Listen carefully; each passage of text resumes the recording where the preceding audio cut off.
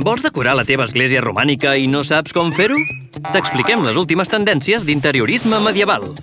En primer lloc, divideix l'espai en columnes i cobreix el terra amb un bon paviment. Les parets de pedra necessitaran un bon arrebossat de calç.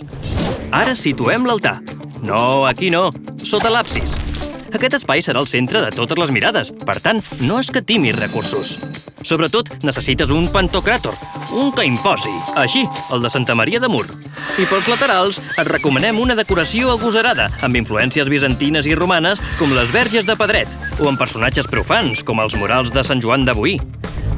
Dins del peu de l'altar et serà imprescindible guardar-hi les relíquies de màrtirs o sants. Per atraure visitants i donatius et recomanem sobretot ossos o cabells. I el toc final de l'altar, el frontal, i sobretot la creu, que sigui fàcil de treure, per si la vols passejar a les processons. L'ambientació també és important. Baixem una mica la llum, unes làmpades d'oli i unes espelmes crearan ambient místic.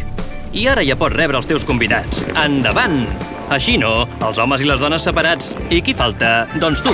Recorda, la missa en llatí i tothom mirant cap a l'absis. Tu també, La teva església romànica última moda ja està acabada!